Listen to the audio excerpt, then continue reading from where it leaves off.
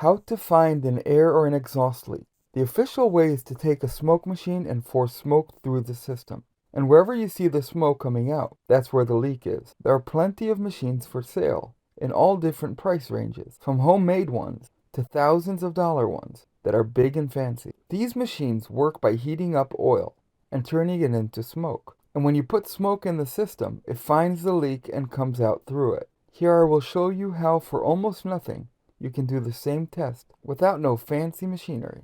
Find yourself a smoker, get them a cold one, or promise them a ride in the fixed car, and blow smoke into the system in the car you would like to check. In my case, I had a small leak in the seal in the exhaust connection, and I couldn't verify the leak any other way. So I put a cover on the end of the exhaust tailpipe.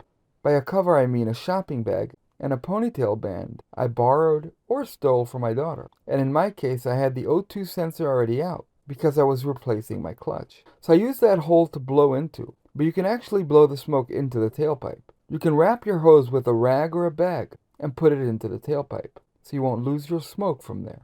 But anyway, here I took the hose, wrapped a little bit of electrical tape just to make it fit snug, and I took my smoker thing and blew smoke into the hose. And here you can see smoke coming out of the connection. And we found our leak. This method can be used in the air system of a car, where you just need to disconnect a hose and blow the smoke into it to find that leak. And I've used it many times when I didn't have my machine with me.